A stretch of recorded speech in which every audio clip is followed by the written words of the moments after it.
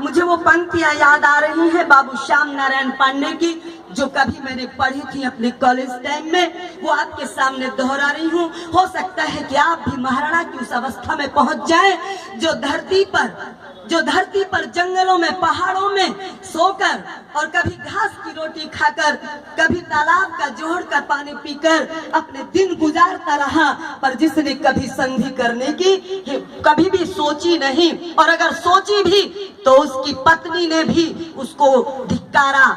एक बार ऐसी अवस्था आई, ऐसा कवि कहता है, एक बार ऐसी अवस्था आई कि राणा की बेटी चंपा बालिका वो रोटी खा रही थी, घास की रोटी थी। जंगल के अंदर घास की रोटी नहीं होती, मुझे नहीं पता कितना सच है, कवि की कल्पना है या हो गई होगी घास की रोटी। क्या करते, घास खानी थी, वो घास की रोटी खा रही थी कि उसके हाथों से बिलाव रोटी लेकर भाग जाता है, और रोटी लेकर जब भागता है तो वो रोती है, और रोते हुए अपने पिता के पास आती है। तो कवि क्या कहता है, इस पंक्तियों के माध्यम से आप तक पहुंचाना चाहती हूँ, आप सब तक पहुंचाना चाहती हूँ।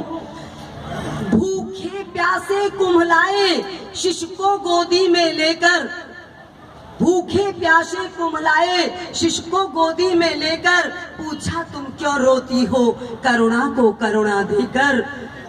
हाथ छही न जाती मुझसे, तुतली भाषा में बेटी बोलती है, हाथ छही न जाती मुझसे, यह आज भूख की ज्वाला, कल छे ही प्यास लगी है, हो लहा हिल्द मत वाला। माँ ने घाछों की लोती मुझको दी थी खाने को, छोटे का पानी दे तल, मैं बोली भग जाने दो।